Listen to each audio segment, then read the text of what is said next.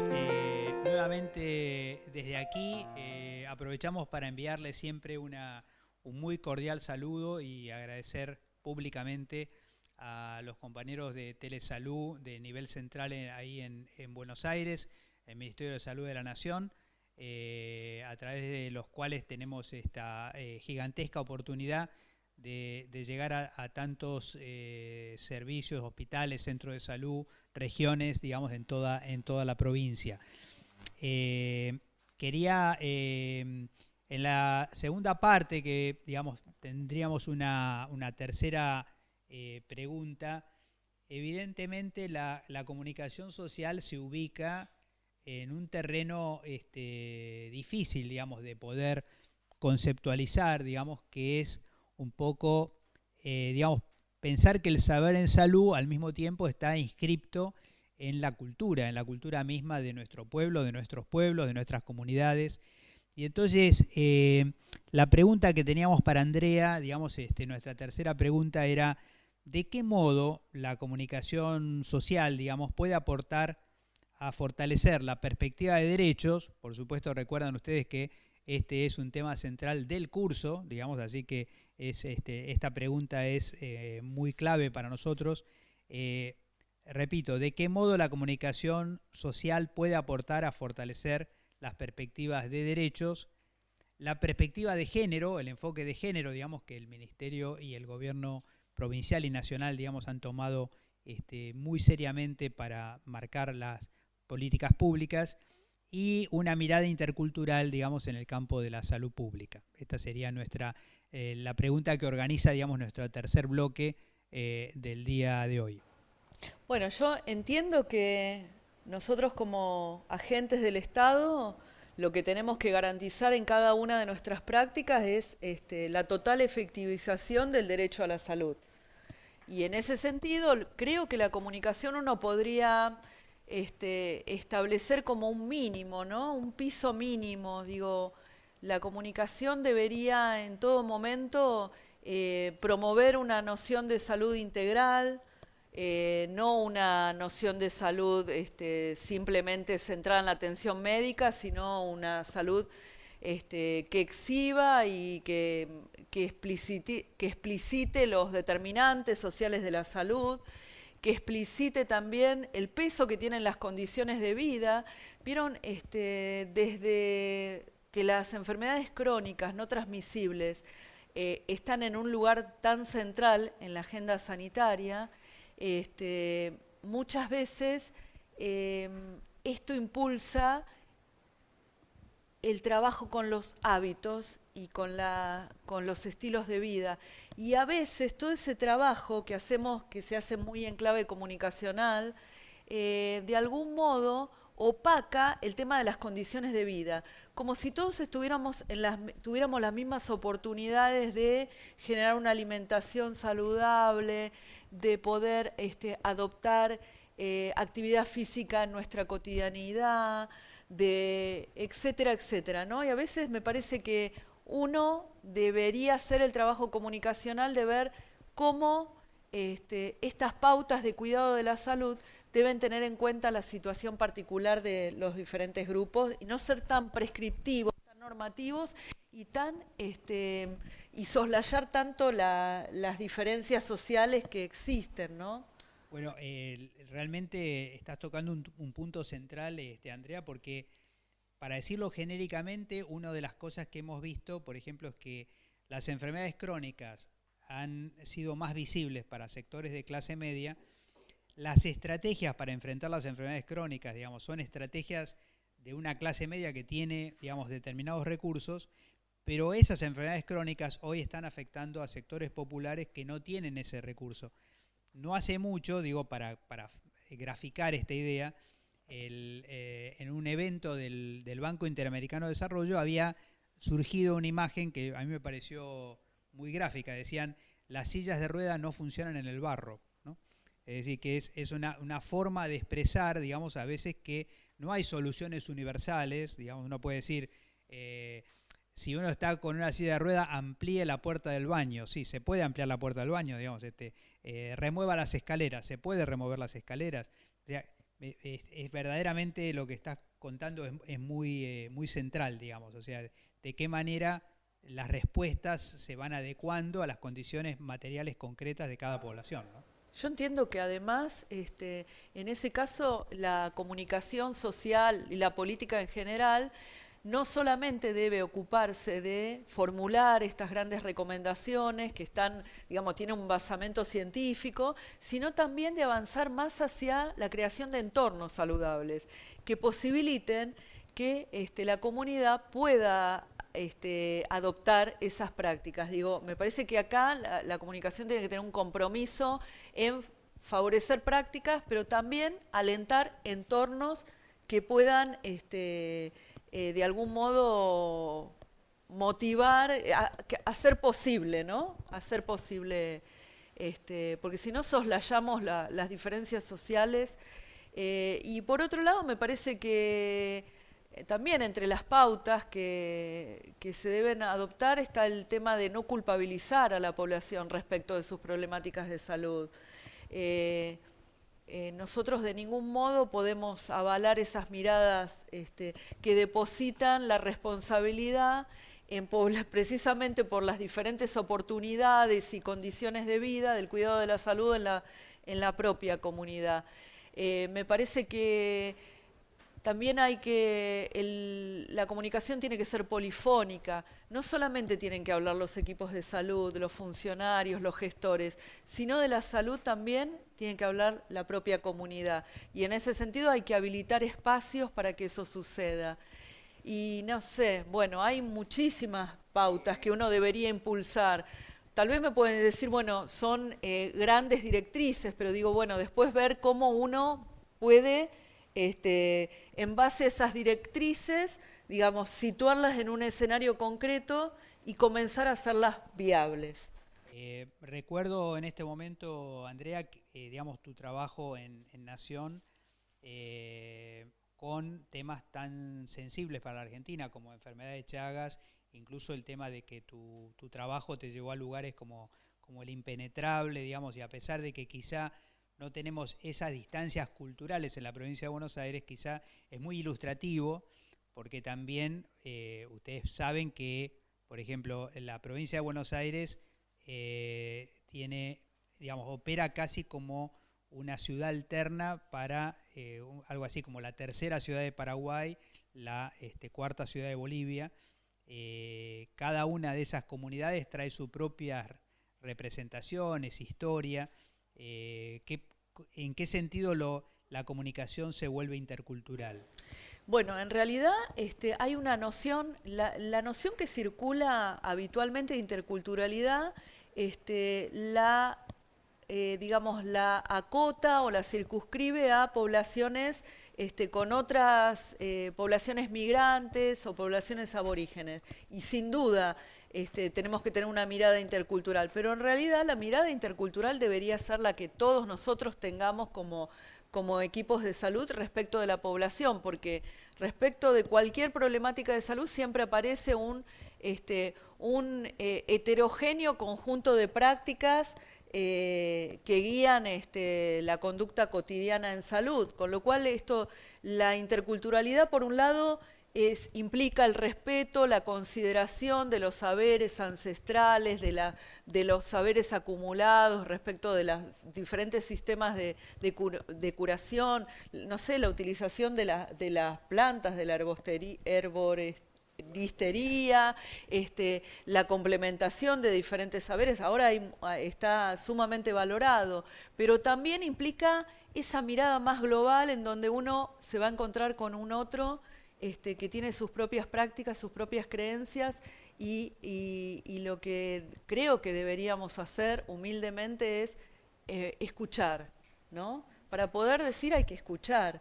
Entonces, en todo caso, reforzar los saberes, lo que se considera necesario para fortalecer las estrategias de cuidado, pero estar atento a la escucha, ¿no? Eso me parece, pero tanto a nivel de los grupos migrantes, de los grupos originarios, como en realidad con la población en general. Te quería hacer una pregunta, quizá me viene un poco a la mente ahora porque el tema de alguna vez hemos visto, incluso en otros países, que la gente de repente tiene un póster en español y después, digamos, al lado lo pone en guaraní y ya cree que hizo interculturalidad, digamos, ¿no?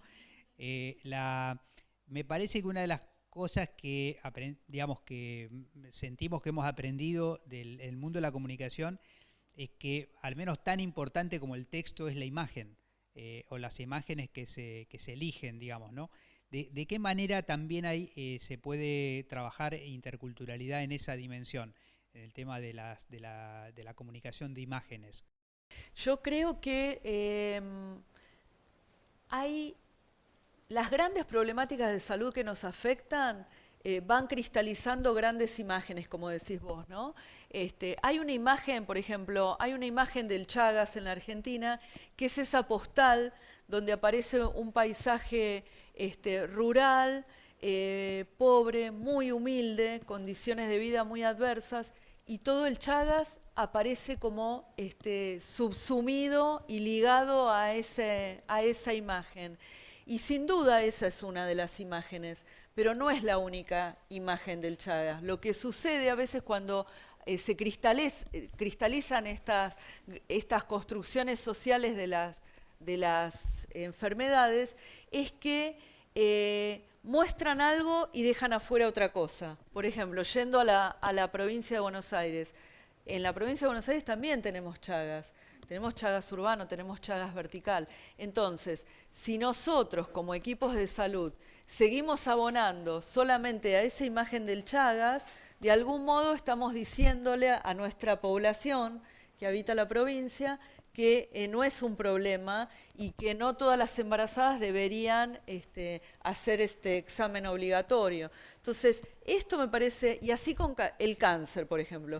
El cáncer, si ustedes piensan en cuál es la imagen del cáncer, es la de aquella persona desfalleciente, en estado agónico, que no tiene ninguna respuesta.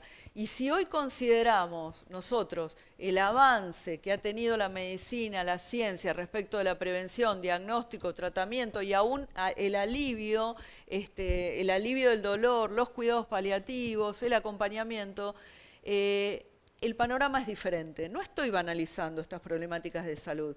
Digo que hay grandes representaciones que circulan en la población y que tienen un efecto. No son anécdotas nada más, me dicen algo.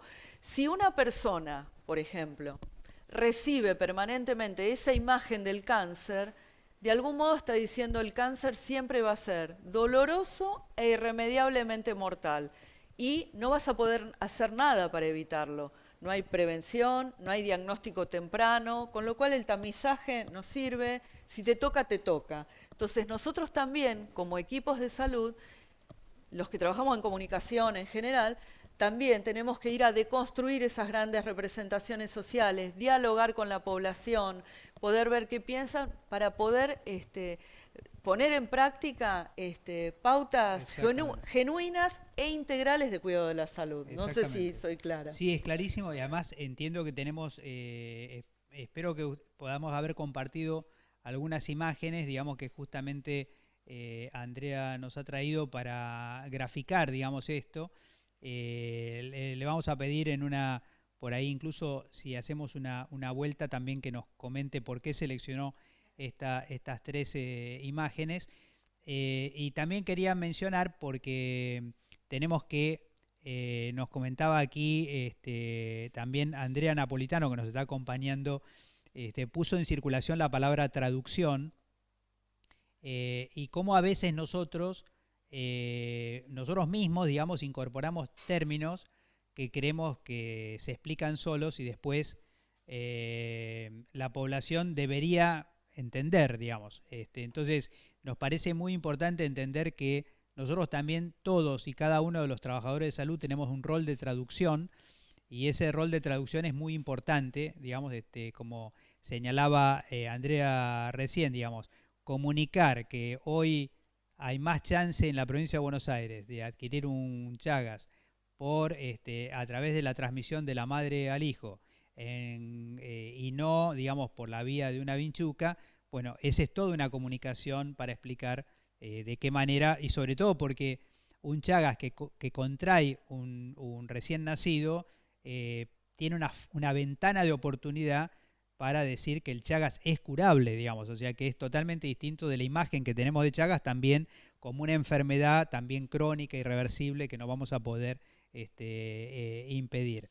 Así que estas imágenes son muy fuertes. No sé, Andrea, si querías comentar algo. No, bueno, y ¿Por qué respecto seleccionaste de por qué estas seleccioné, imágenes? porque son paradigmáticas, digo, de grandes problemáticas de salud que construyen estas imágenes que direccionan tanto la demanda de la comunidad al sistema de salud hasta también la propia respuesta, porque nosotros también como equipos de salud muchas veces no revisamos nuestras propias representaciones, ni de la población con la que trabajamos, ni de las problemáticas de salud. Y muchas veces nosotros estamos abonando a estas representaciones. Por ejemplo, retomando lo que planteabas, Mario, sobre dengue.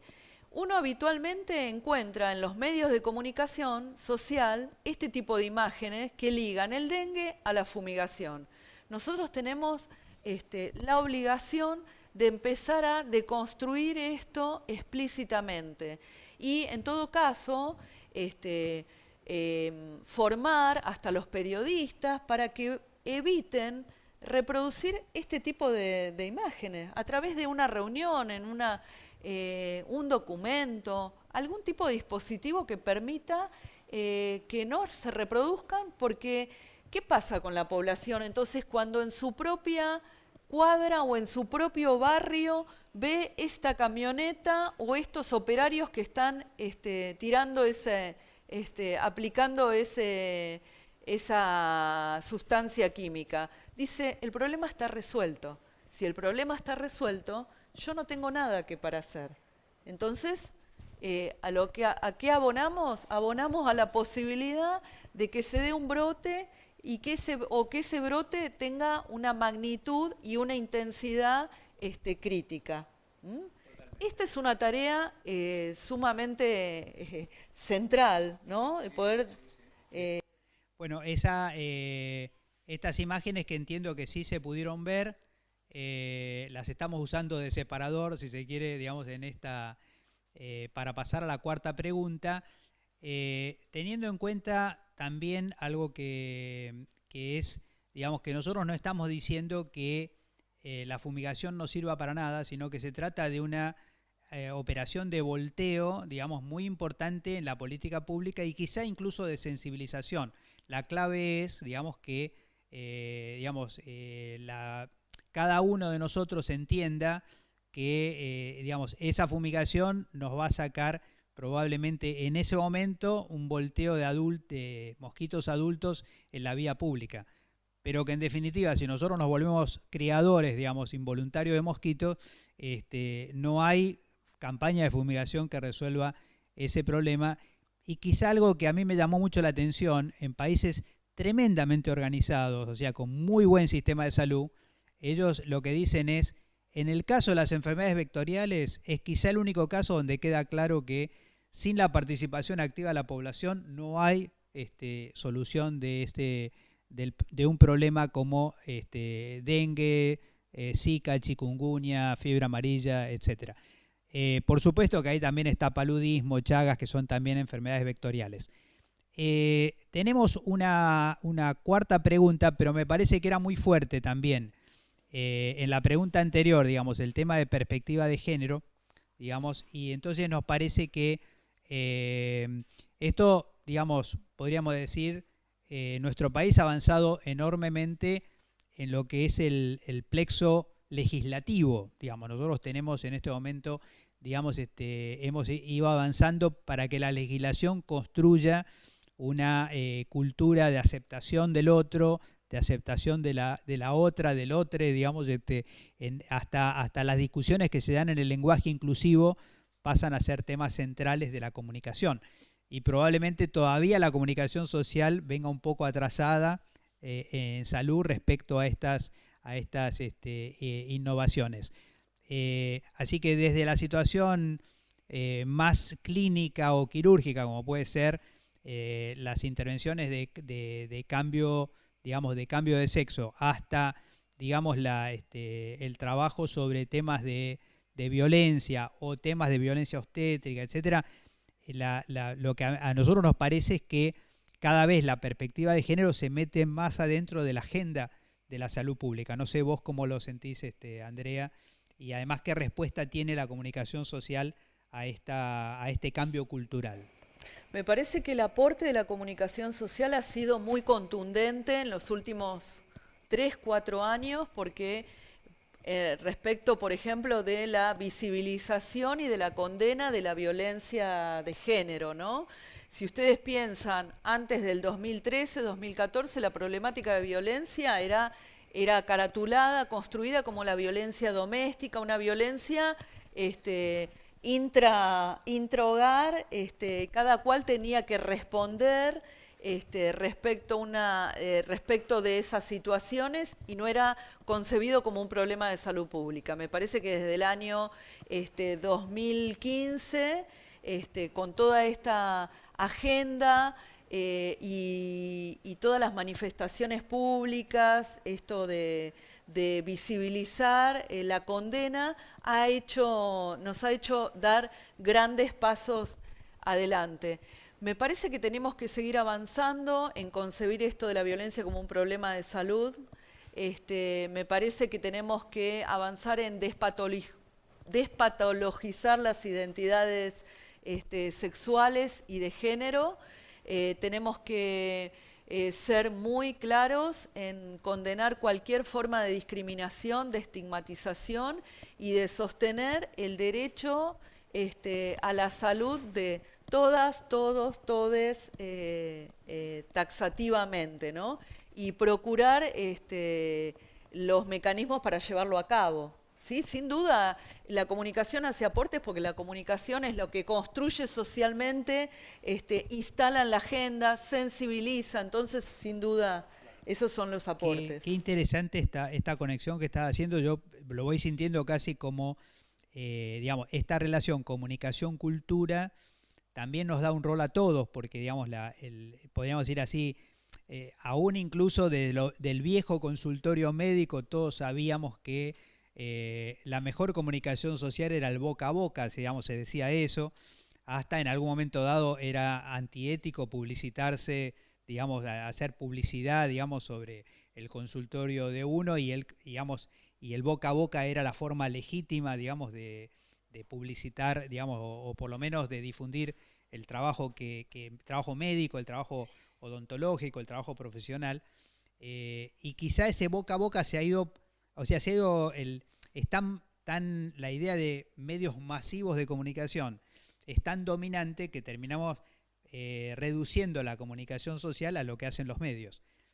Quizá ahora los nuevos, digamos, lo que se llaman, digamos, todo lo que es las redes sociales y demás estén recuperando, o sea, nos estén volviendo a dar la voz a los ciudadanos y a las ciudadanas en relación a este tema. Yo te tengo que hacer una pregunta que, podríamos decir así, quizá no es la más cómoda, pero podríamos decir, si hay algo que le pasa al sector salud, quizá, digamos, de una forma distinta a la que le pasa quizá a otros sectores, como puede ser educación, digamos, que puede plantearse, digamos, como tiempos más estables, digamos, un cronograma, digamos. Nosotros en el sector salud pasamos, digamos, de zonas de tránsito lento a zonas rápidas, digamos, como un río de montaña, digamos, de repente va tranquilo, de repente todo se acelera, digamos, no vamos a decir cataratas, digamos, pero por lo menos rápidos, que son navegables, pero traen sus riesgos.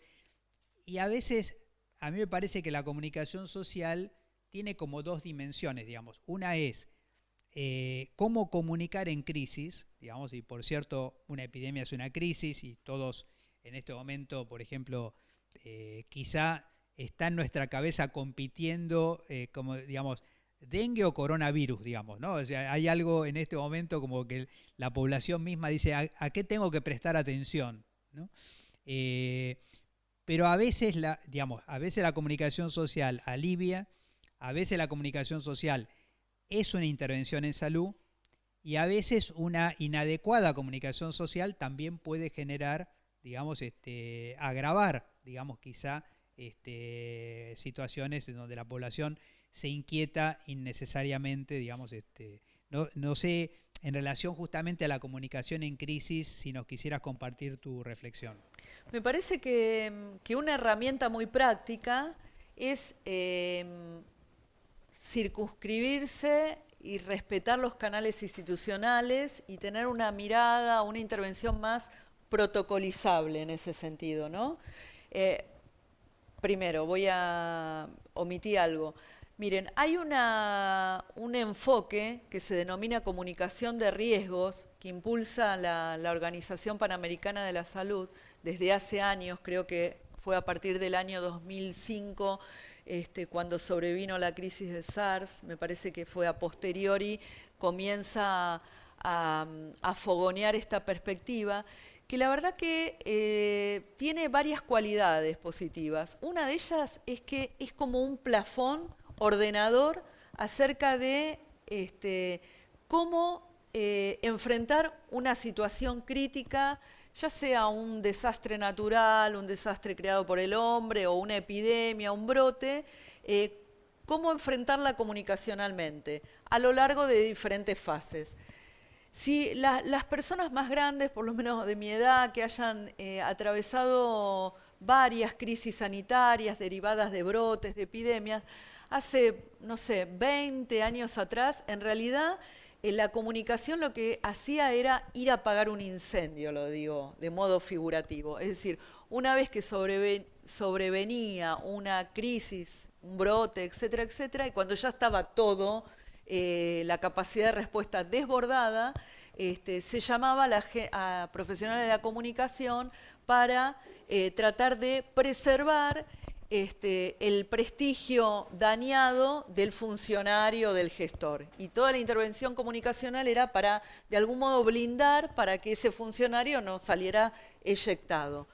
En las últimas décadas, esa función, que era muy precaria y muy acotada, se comienza a expandir gracias un poco al enfoque de comunicación de riesgo, que lo que instala es la necesidad de anticiparse a la ocurrencia del daño. ¿De qué modo? Fortaleciendo las capacidades para poder intervenir comunicacionalmente y para que los especialistas en comunicación, por ejemplo, formen parte de esa sala de situación, comité de operativo de emergencia o la figura como la quieras denominar. Entonces, esto de plantear como una metodología anticipatoria, donde vas a tener comunicación, pautas comunicacionales para las diferentes fases de una crisis, que van desde preparación, inicio, etapa de mantenimiento, control y evaluación. Y un enfoque que plantea una mirada circular, es decir, la preparación la tenemos que hacer permanentemente. Cuando estemos en lo peor del escenario crítico, bueno, vamos a tener que exacerbar las capacidades de la respuesta y acelerar los tiempos de respuesta y cuidar mucho la articulación entre actores, porque ese es un nodo sumamente crítico. Y bueno, en la etapa de mantenimiento, digamos, uno empieza a monitorear cómo trabajó y en la etapa de evaluación, realmente evaluar.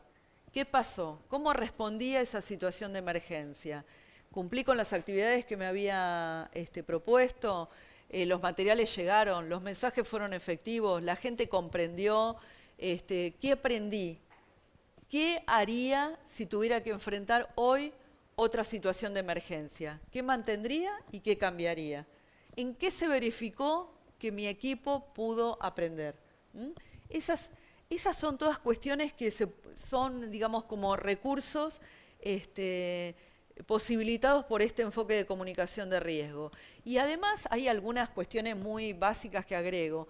Por ejemplo, se habla de la vocería. ¿Por qué se necesita un vocero? No es por una cuestión de autoritarismo, es porque cuando las voces son polifónicas en una situación de emergencia, se genera una gran intranquilidad y zozobra en la población. Entonces, cuando sobreviene una situación crítica, lo que tenemos que tratar de garantizar es un, un ordenamiento de lo que vamos a hacer, una articulación y ordenamiento. Y siempre, digamos, la comunicación de riego lo que fogonea es que haya un vocero que hable de la situación. No salimos a hablar todos, uno de un centro de salud, el otro de un hospital, 20 personas del ministerio, sino, bueno, un vocero que es el que tiene que tener no solamente el conocimiento exhaustivo y pormenorizado de lo que está sucediendo, sino también determinadas condiciones comunicacionales como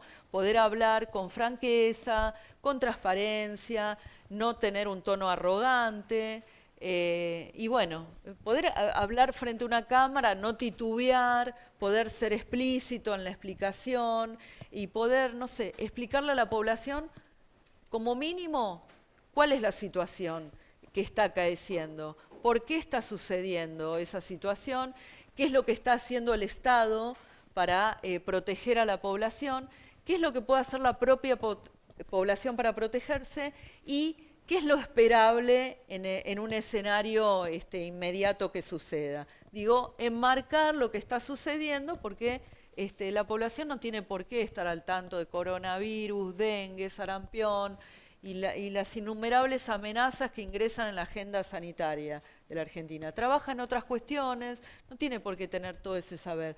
Nuestro deber es garantizar la máxima claridad. Por supuesto que nosotros siempre entendemos que digamos, la comunicación social, y en el caso de los medios, digamos, además, las periodistas, digamos, son también seres humanos que tienen, digamos, sus propias prejuicios, sus propias concepciones, de tal manera que no necesariamente se comunica bien. Creo que nosotros, a mí, digamos, quizá no resalté lo suficiente, Andrea, el hecho de que tu función no es, digamos, directora de comunicación, digamos, sino una comunicadora social sanitarista trabajando, digamos, como parte del equipo de conducción del Ministerio de Salud de la provincia. Traer esta mirada de la comunicación social transversalmente, no para un área específica, sino también nos da, nos indica, por ejemplo, situacionalmente cualquiera de nosotros se puede volver ese vocero, porque digamos, no sé, si hay un accidente de ómnibus, digamos, y las víctimas entran a un hospital, aunque sea así chiquitito, los medios van a ir a ver al director o quizá incluso al jefe de guardia de un domingo, digamos, que es la persona que puede informar. Lo que vos señalás ahí es un criterio, por un lado un criterio universal, digamos, es un solo vocero, digamos, y por otro también, se me ocurre, un desafío para nosotros en el sentido de que las herramientas de la comunicación social las tenemos que socializar, al menos los elementos básicos, para que todos desarrollemos capacidades, competencias, se diría ahora, digamos, en la nueva jerga de la educación, digamos, competencias adecuadas para comunicar, porque una inadecuada comunicación puede agravar un problema en vez de resolverlo, digamos, ¿no? Claramente. También me parece interesante en esta relación que tenemos con la epidemiología, compartir de que los medios también cumplen un rol vinculado al tema de la velocidad de la comunicación. Digamos, me viene un poquito una anécdota muy pequeña, pero que fue concretamente en la epidemia de cólera en Perú, digamos, podríamos decir literalmente hablando, los periodistas se asustaron primero, digamos, y transfirieron tan rápidamente a la población, digamos, ese temor, que para darles una idea de lo que pasó en Perú, febrero, digamos, del 91, es como si yo en febrero de este año, hoy, digamos, de un día para el otro no queda una sola persona en la playa, digamos, porque en ese momento se decía que estaba contaminado, digamos, el pescado, digamos, del mar, ¿no? Y también un caso argentino bien concreto es que los medios más predominantes, no sé, voy a decir lo más elegante posible, digamos, pero los medios predominantes en la epidemia de dengue del 2007, digamos, dengue H1N1, casi instalaron políticamente el tema.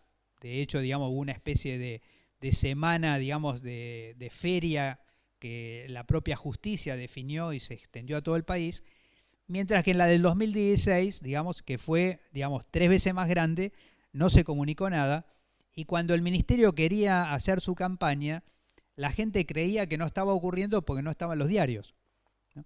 De tal manera que me parece un buen ejemplo de cómo la responsabilidad social, sanitaria que tienen los medios de comunicación, digamos, porque hay cierta responsabilidad ética, no voy a ir más allá de lo ético, pero digamos, no voy a decir criminal porque sería inadecuado decir, digamos, pero tapar una epidemia por parte de los medios también puede significar debilitar la intervención de los ministerios de salud. Así que vemos este tremendo universo que se está dando ahora, digamos, en esta etapa. En esta última parte nosotros ya tenemos la entrada, digamos, de las preguntas que nos están llegando, digamos, a nuestro mail. Si te parece bien, pasamos a esa fase. Efectivamente, esta pregunta es muy pertinente porque no hemos hablado de esto, digamos, estamos hablando de una red gigantesca, probablemente la provincia de Buenos Aires tiene la red de servicios de salud más amplia de la Argentina, y entonces nos preguntan, digamos, sobre qué pasa con la comunicación interna, digamos, dentro del sector salud, también que generalmente cuando uno habla de esto, la gente mira a los comunicadores sociales, digamos. Sí, también nos miran a los comunicadores. La verdad es que el sistema de salud o los efectores suelen tener una configuración signada por los compartimentos estancos, ¿no? Como, digamos, una compilación de servicios, y por ahí es una configuración que nos favorece conversar acerca de las cuestiones que necesitan ser transformadas para generar no solamente para generar una mejor calidad de atención, sino también para generar una mejor calidad de trabajo, ¿no? ¿Cuántos de nosotros pasamos muchísimo más tiempo creo que los que tenemos la oportunidad, la dicha de tener trabajo, pasamos muchísimo más tiempo en nuestra cotidianeidad en estos espacios que con las familias, con lo cual me parece que todo lo que se pueda hacer en pos de ponerse en relación, en escucha, en compartir con el resto de los trabajadores de un efector determinado para ver cómo resolver problemas para tener una mejor calidad de trabajo también es, y en esto no hay, es artesanal. Digo, hay algunos formatos que se pueden adaptar, hay grupos de calidad, hay dispositivos de calidad, hay carteleras, hay reuniones, pero digo, tiene mucho más que ver con la propia creatividad del equipo y el espacio que se dé para jerarquizar esa preocupación que con alguna receta que les pueda dar. Digo, todo lo que uno pueda hacer en un equipo como un espacio de encuentro y para ver de qué modo podemos, de modo colaborativo, integral y colectivo, resolver un problema, se trata de eso, me parece, ¿no? Creo que el análisis institucional también vale la pena porque a veces uno pone, digamos, a veces las fallas comunicacionales son un síntoma de algo que la gente no quiere hablar o no sabe tramitar, que a veces es un síntoma del conflicto, la tasa de conflictividad interna, ¿no? Quizá es, digamos, porque a veces uno piensa, digamos, llamen a un experto en comunicación social y en realidad, digamos, sí, un mediador, claro, podría ser. Tal vez la capacidad sería la de poder mediar en un conflicto. Ahora, malentendidos y conflictos vamos a tener permanentemente en todos los escenarios de la vida personal, laboral, profesional. Con lo cual, me parece que no hay una bala mágica, pero sí, si uno organiza un espacio de encuentro, tal vez con un mediador pueda contribuir a... Y debe ser frecuente que el comunicador social se vuelve un mediador, sí, porque en realidad sí, lo que detecta no es un problema de comunicación, sino un problema de, digamos, de bloqueo en las relaciones interpersonales. Y por cierto que sobre todo el conflicto larvado quizá sea uno de los motivos mayores de pérdida de energía institucional y de nuestra capacidad de respuesta a la población, porque los recursos de salud no son pocos, digamos, son menos de lo que quisiéramos, pero a veces se quedan fragmentados justamente porque se va Sí, tabicando la institución. claro. Yo entiendo que, digamos, para no hacerlo tan laxo, me parece que uno se trata de objetivar una situación, ver cuáles son los determinantes de esa situación, cuáles son los actores implicados y de qué modo se puede resolver. Vamos a dedicarle un poco más de tiempo también en otra intervención dentro del curso a este tema, digamos, Mm, de redes, digamos, y dónde se interrumpe, digamos, la circulación en redes. Pero tenemos otras preguntas, digamos. Esta es muy larga, así que, digamos, le agradecemos a María Teresa Canaroso. La anterior venía del grupo de derechos humanos. En Junín, digamos, hubo un caso, digamos, de un diario que publicó sospecha en un ciudadano chino, digamos, y se generó toda una alarma alrededor de esto. Y nos preguntan sobre este emergente en esta crisis epidemiológica, digamos, si en realidad puede haber problemas de interculturalidad, problemas de xenofobia, digamos, eventualmente, con respecto, o sea, si se movilizan otras cosas que de repente no tienen que ver con el coronavirus, sino con esta preocupación, digamos, ¿no? sí. Resumo un poquito la pregunta porque tiene como 5 ítems, digamos, pero, digamos, ¿qué pasa con este tema de la cultura, el extranjero, digamos, y la amenaza? Sí.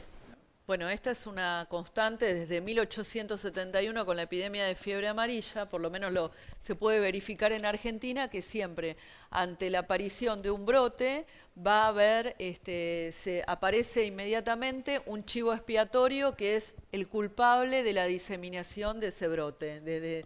En 1871 fueron los tanos de la Boca, les quemaban todas sus pertenencias porque se desconocía que era el Aedes aegypti el causante de esta situación. Entonces, de ahí para adelante ha sucedido también con hermanos nuestros, población boliviana y paraguaya, igualmente estigmatizados. Y yo lo que podría decir respecto del planteo de la compañera es que primero tenemos que partir de el respeto por la definición de caso, ¿no? No conozco bien esa situación, pero entiendo que hay una definición de caso y no encuadraba. Y segundo, va a haber que trabajar con la cultura institucional para no favorecer desde los efectores de salud las miradas estigmatizantes y discriminadoras, que no tienen ningún tipo de asidero humano y sanitario, ¿no? Totalmente. Del San Juan de Dios, digamos, nos llega una pregunta que dice, ¿qué se puede... del San Juan de Dios nos llega una pregunta que dice, ¿qué se puede decir de la comunicación hacia adentro de los equipos de salud? Está un poquito contestada, pero la segunda pregunta dice, ¿qué mirada puede darse sobre el significante contagio, que no es lo mismo que transmisión? Sí, bueno, esas son las figuras que se utilizan para describir y para construir una epidemia. Cuando uno en lugar de transmisión utiliza contagio, de algún modo está exacerbando la carga de peligrosidad de un otro, ¿no? Digamos, se desaconseja utilizar ese tipo de términos, ¿no? Porque va construyendo una significación en donde el otro se convierte en mi enemigo, en mi amenaza. Y uno desde el sector salud debería desalentar totalmente esa construcción. Tenemos dos preguntas que aplican un poco lo mismo. Quedó un poquito interrumpido probablemente por nuestro tiempo esta idea de que digamos, hay un modelo que parece que lo único que quiere es informarle a la población, digamos, y que acepte esa información como la información oficial. Nos preguntan, digamos, si podemos avanzar un poquito en algún paradigma alternativo en la comunicación en salud, la comunicación social en salud, digamos, que fuera diferente de este modelo informativista, digamos así. Sí, creo que, bueno, el informativista es resuelvo cualquier problema que aparezca en la agenda y que afecte a la población a través de un repertorio de piezas diseminadas o distribuidas de modo descontextualizado. Y hay un modelo más promotor que no tiene en realidad una palabra. Yo le pondría promotor, promotor de la salud, porque está más en relación con esta lógica que mira los determinantes, las causas de las causas, de los problemas de salud, que está orientado hacia el derecho a la salud, hacia la mirada intercultural y de género, y que propicia para resolver cualquier problema el encuentro entre todos los actores que están implicados y el consenso acerca de la orientación hacia dónde avanzar, pero de modo colaborativo y conjunto, y con la participación de la población y también desde una lógica intersectorial. Digo, no estoy descubriendo la pólvora, sino es un poco promover que la comunicación abone más hacia ese paradigma, sin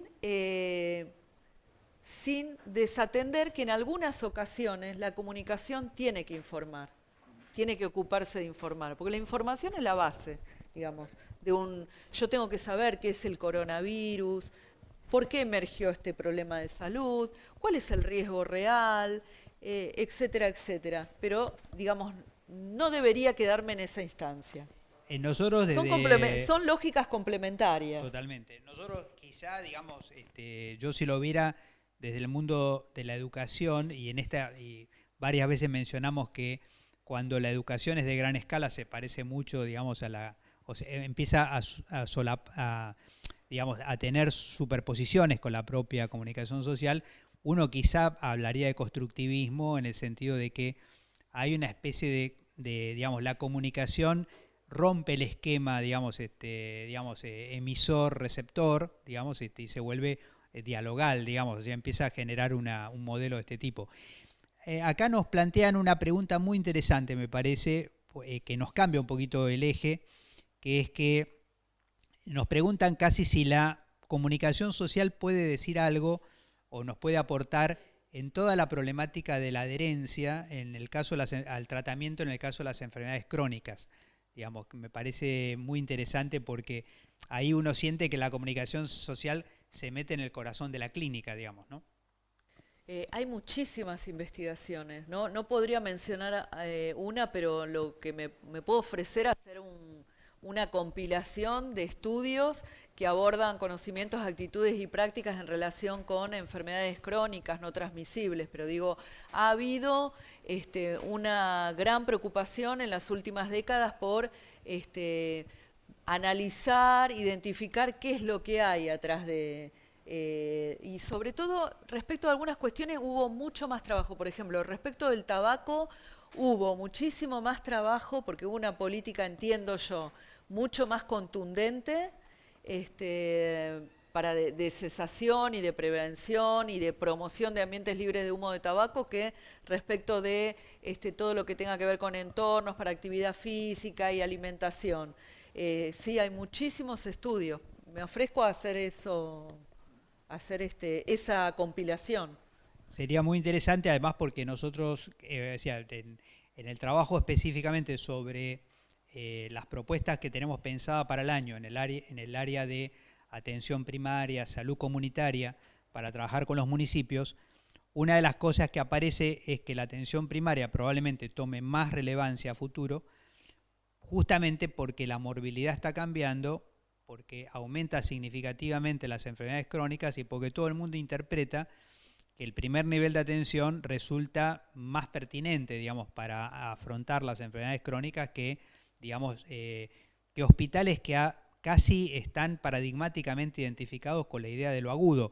Incluso cuando uno quiere decir algo casi como una especie digamos, de escarapela de un hospital, dice general de agudos, digamos. Pero la morbilidad está cambiando hacia enfermedades crónicas en un volumen significativo. También creo que aquí voy a mezclar, digamos, lo que es comunicación y lo que es educación, pero lo que nosotros vimos en un momento dado en la formación de los un nuevo modelo de educación médica, es que parecía que innovábamos en educación, por un lado, pero luego veíamos, digamos, que las nuevas prácticas en salud cada vez tienen más componente educativo, digamos, porque, por ejemplo, en el caso de los pacientes crónicos, el protagonista, digamos, de la recuperación, el que marca el pronóstico, es el propio paciente y lo que el paciente sepa, digamos, ¿no? Entonces, en ese marco nos parece muy interesante, digamos, quizá esta oferta que nos planteás de, digamos, revisar un poco trabajos claves que nos sirvan para difundir justamente la relación entre comunicación social y enfermedades crónicas. Nos preguntan de epidemiología, el Departamento de Epidemiología de Bahía Blanca, digamos, cómo comunicar, digamos, cuando digamos, las dificultades o las brechas, digamos, culturales son muy importantes, incluso en situación específica de población, por ejemplo, digamos, que no tiene educación básica, y si de alguna manera es pertinente también el tema de generar algunos mecanismos de verificación, digamos, sobre este proceso más constructivo, digamos, de comunicación. Me parece que las herramientas claramente son las de la educación y o comunicación popular. El cara a cara, la posibilidad de generar dinámicas que sean participativas, que permitan a la población expresar lo que saben y en todo caso poner en juego esos saberes y corregirlos o completarlos. Pero me parece que en ese tipo de situaciones hay tanto desarrollo de todo lo que es y dinámicas tan sencillas y tan viables de llevar a cabo porque no requieren una parafernalia de recursos. Digo, me parece que, y los equipos de salud están, y los promotores de salud sobre todo. Me tocó hace cosa de 2 meses ir a dar una capacitación a promotores de salud de Quilmes para trabajar en dengue. Y la verdad que lo que saben, saben muchísimo más que yo, obviamente. Pero digo, tienen todo me parece que también estaría bueno poder hacer algún banco de recursos, de dinámicas, que sirvan para fortalecer las prácticas de los equipos de salud en todo lo que es comunicación popular, educativa, ¿no?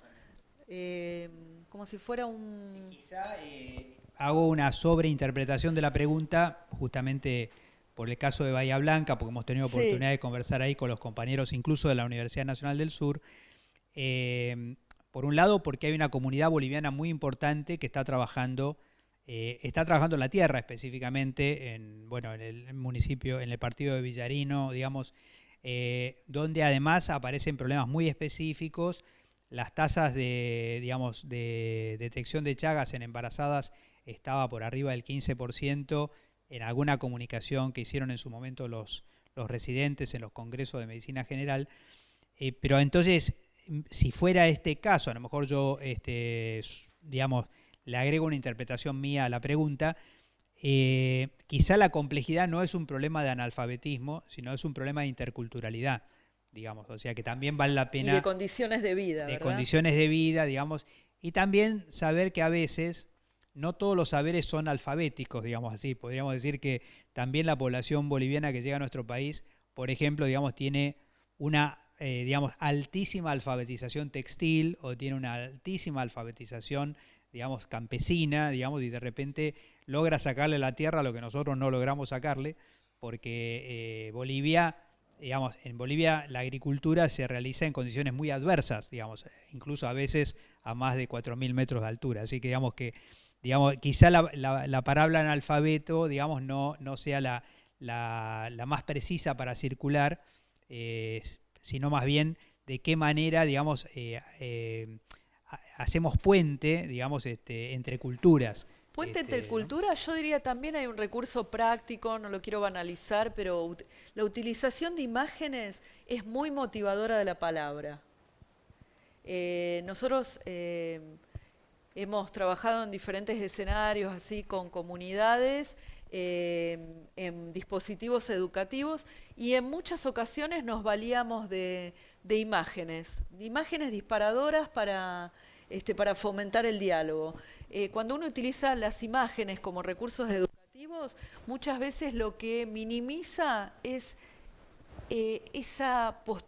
la inhibición que le puede generar a la población cuando se tiene que poner hablar adelante de equipos de salud. Entonces, muchas veces utilizar determinados recursos, acá hay pedagogas, recursos educativos, habilita hablar de la propia experiencia personal, y no sentirse interrogado.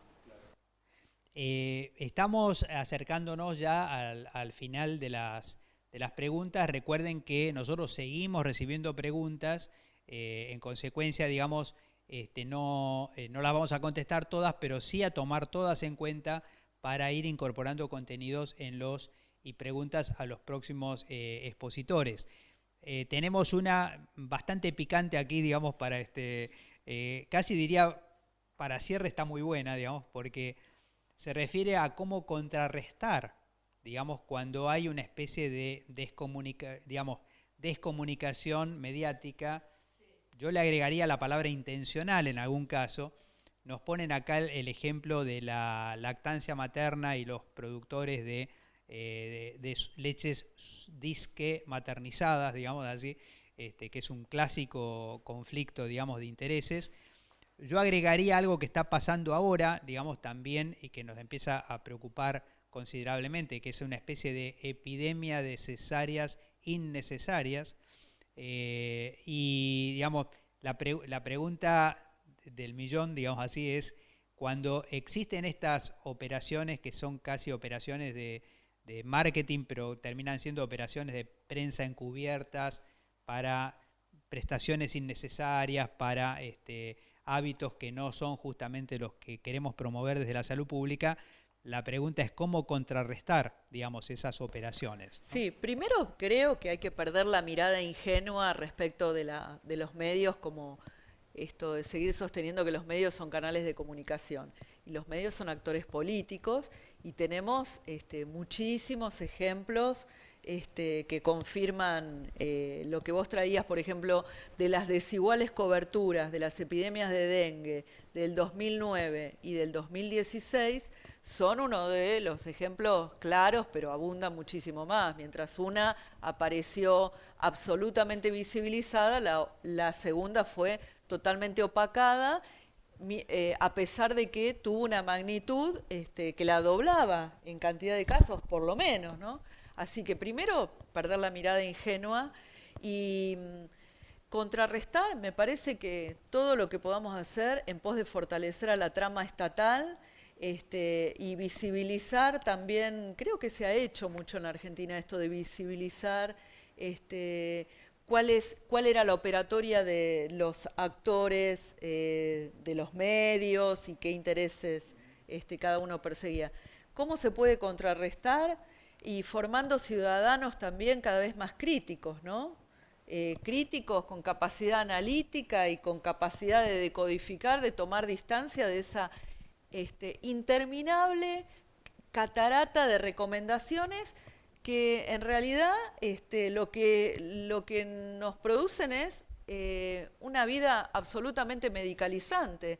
Y respecto a esto uno tiene que tener cuidado también, como en la instancia de la comunicación, tomar ciertos resguardos para uno no convertirse, una institución no convertirse en una usina medicalizante, que pueda ser funcional a los intereses de algunos actores poderosos de la salud en la Argentina. Yo, digamos, me toca ahora un poquito un rol como de cerrar, digamos, cerrar y abrir, porque, digamos, este curso continuamos con un tema el día jueves, digamos, nos vamos a meter adentro de la problemática de salud mental, digamos, vaya si es un tema, digamos, donde la comunicación juega un rol tan relevante. Y claro, nosotros evidentemente acá mismo en el curso nos vamos dando cuenta que la separación temática, digamos, de nuestros entrevistados es un poco artificial, porque algunos temas naturalmente se refuerzan recíprocamente, y con las preguntas también nos vamos dando cuenta de los huecos que eventualmente, así que, digamos, agradecemos muchísimo las preguntas, seguimos activos, digamos, en la búsqueda de preguntas, porque nos parece que sería como una especie de ajuste de expectativas entre lo que nosotros tratamos de generar desde aquí. Digo esto también pidiendo disculpas porque a nosotros nos encantaría que este curso fuera más dialogal todavía, y que pudiéramos escuchar, por ejemplo, las preguntas directamente, pero digamos, el número de nodos que en este momento Telesalud tiene habilitados en el Webex, aún incluso con algunas dificultades de comunicación, creo que en algún momento nos contaban que en algún momento por falta de imágenes nos volvimos una radio, digamos, así que digamos, vamos cambiando los soportes, pero es muy importante el tema de entender que aquí nosotros para un curso de verano hemos priorizado, digamos, la inclusión de la mayor cantidad de trabajadores de salud de la provincia que quisieran, digamos, tener este primer contacto, que, digamos, que es un poco vinculado al saber, pero también vinculado a la formación de políticas públicas. Nosotros estamos enfrentando hoy, digamos, temas desde, como señalaba aquí el ministro, digamos, Daniel Goyán nos hablaba de la problemática de desnutrición, prácticamente un tema que ha estado instalado. Hambre y desnutrición no es lo mismo, digamos, y sin embargo, digamos, la emergencia alimentaria ha salido prácticamente por unanimidad en el Congreso de todas las fuerzas, o sea, está reconocido como un problema muy grave en la provincia. Nos hablaba también Daniel de la problemática de sífilis, digamos, que podríamos decir, nos casi parecía de esas cosas que había que guardar para la historia de la salud pública, digamos, y ahora resulta que empieza a poner en riesgo la situación de nuestros recién nacidos, digamos, en una proporción creciente. La problemática del dengue, que también nos tiene en alerta. El país no ha dejado de estar también alerta. Recuerden que Ezeiza es un aeropuerto que está en la provincia de Buenos Aires, digamos. Así que no hay forma de estar despreocupado, digamos, de lo que está pasando a nivel mundial. Y en consecuencia, digamos, creo que esto que también, digamos, tu propia práctica es casi como una especie de corporización, digamos, de la utilidad de la comunicación social para transversalizar la política pública. Es decir, que, digamos, vos tenés una posibilidad de aplicarla, digamos, en algunas direcciones específicas del ministerio, pero podríamos decir casi literalmente, no hay nadie en el ministerio hoy que no sienta que una parte de su tarea no es la de comunicar, informar, digamos, llegar a la mayor cantidad de población posible. En ese sentido, este mecanismo es también un mecanismo de comunicación y nosotros diríamos, digamos, que no solo queremos llegar al último es una forma de decir, digamos, quizá al trabajador de salud que está en el lugar más alejado, sino además queremos encargarle al último trabajador de salud del lugar más alejado, le queremos recordar que el destinatario último de esta formación y de todas las formaciones que la escuela encara hacia adelante es llegar a la población, digamos. Es decir, que si no estamos hablando de saberes que deben quedar almacenados en un centro de salud, sino que, digamos, deben ser democratizados, socializados, compartidos. Cuanto más sepa la población de salud, mejor va a ser nuestra práctica, mejor va a ser los resultados que podemos obtener. La verdad que te agradecemos muchísimo, digamos, nosotros veníamos hablando en el intervalo, digamos, tenemos como una especie es como un acuerdo de beneficio recíproco, digamos. Durante 2 horas Andrea no ha recibido mensajes en su celular, digamos, eso le permite, digamos, definitivamente mejorar su calidad de vida, digamos, por lo menos durante 2 horas. Cuando termina esta sesión, inmediatamente va a tener que volver a abrir su celular, pero la verdad es que nos tomamos este pequeño tiempo para compartir con ustedes.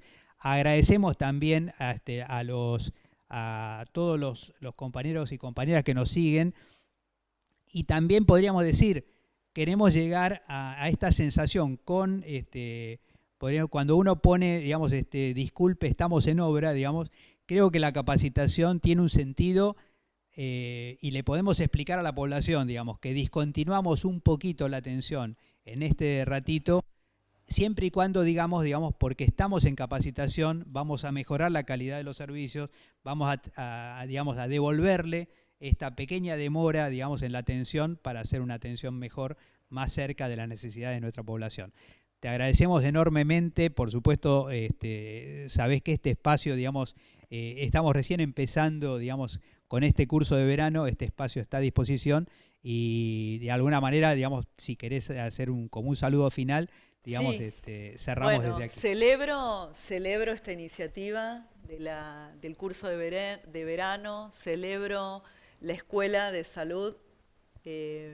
Vamos a hacer, y me incluyo también, soy una atrevida. Creo que vamos a hacer grandes cosas en el marco de esta escuela que está a tu cargo. Y bueno, muy honrada por haber podido participar hoy de esta conversación, de poder sentarse un ratito a pensar algunas cuestiones, a ver cuáles son las inquietudes de todos estos participantes de este curso. Y la verdad que, bueno, sumamente agradecida. Nos veremos en alguna ocasión próximamente. Gracias a todos y a Bueno, todas. muchísimas gracias a todos. Nos vemos el próximo jueves.